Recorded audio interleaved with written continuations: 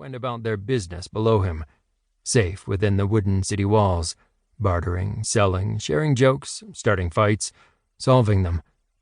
The sound of saws cutting through wood was constant, of timber being hauled and stone being hammered.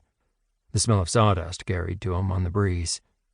There had only been a few traders trickling in from other small settlements scattered near Lewinium, bringing deerskins, bear pelts, wines, olive oils, clay jars, and bronze weapons. Silvius's older brother, Ilus, had arrived with a party of riders from his nearby colony of Alba Longa, strutting in on a fine dark stallion. Silvius had watched him unnoticed from above. Silvius longed for something more. Maybe a raiding party, bronze spears glittering like stars. Or better still, if he could see one of the creatures that his father Aeneas talked about with wonder.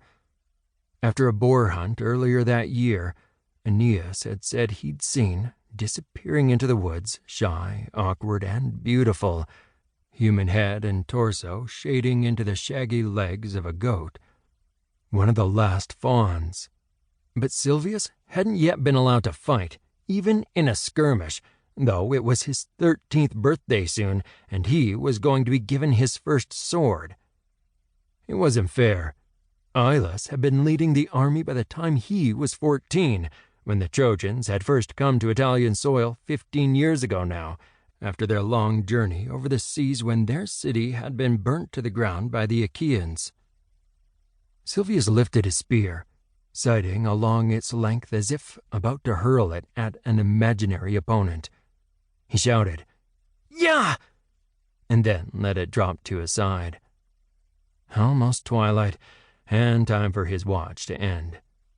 The stars were beginning to glimmer, and Silvius stood for a second watching them. His favorite was Orion, the hunter, and he looked for the 3 stars that made up his belt before feeling for the studded leather one that held his own tunic together. He was looking forward to going home, where a bowl of warm venison stew would be waiting for him. Then he would go to the small wooden room he shared with his younger brother Brutus, and his hard straw-covered bed. Turning to go, his eye was caught by movement in the distance. At first he thought it might be another merchant, rushing late towards the city, eager to get into the walls before the gates were barred. It was no good to be out after dark. He looked again. The rider was moving fast, faster than any he'd ever seen before, even at the games they held for funerals. Was he running from something? The horse's hooves were kicking up a huge cloud of dust, pounding the dirt road, and in the dying light it was harder to make anything out. Silvius squinted. The rider's chest was bare, which was odd. There was also something strange about the horse's gait. It was maddened, clearly, but also totally in control. The rider seeming part of it, to flow with it, and in a way that showed mastery. Horse and rider came to the end of the straight section of paving that led to the city gates. The sun's last rays gleamed off the horse's chestnut flank. A horn sounded nearby. Drusus, the boy on duty on the other side from Silvius, was making the alarm. A shout went down to the guards below.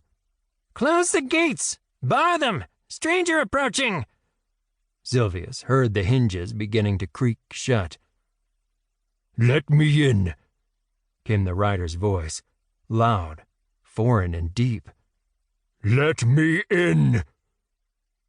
The bright moon's shining beam spread over the landscape, and Silvius realized that coming up the road at full gallop was a centaur. How could it be? The centaurs were all meant to have gone, cantering away into the stars with the gods. Yet this was a fully grown male centaur. Fascinated, he watched the beast's rippling movements. "Let me in," the centaur called again. Sticking out of his flesh in his right side was an arrow. Silvius gripped the top of the wooden palisade. He was not meant to desert his post. That would mean a telling off from Aeneas, or maybe even a whipping. After a momentary pang of indecision, he clattered down the stairs to the gates. The 2 guards were already drawing them shut. "What are you doing? Let him in!" Silvius hung over the banister.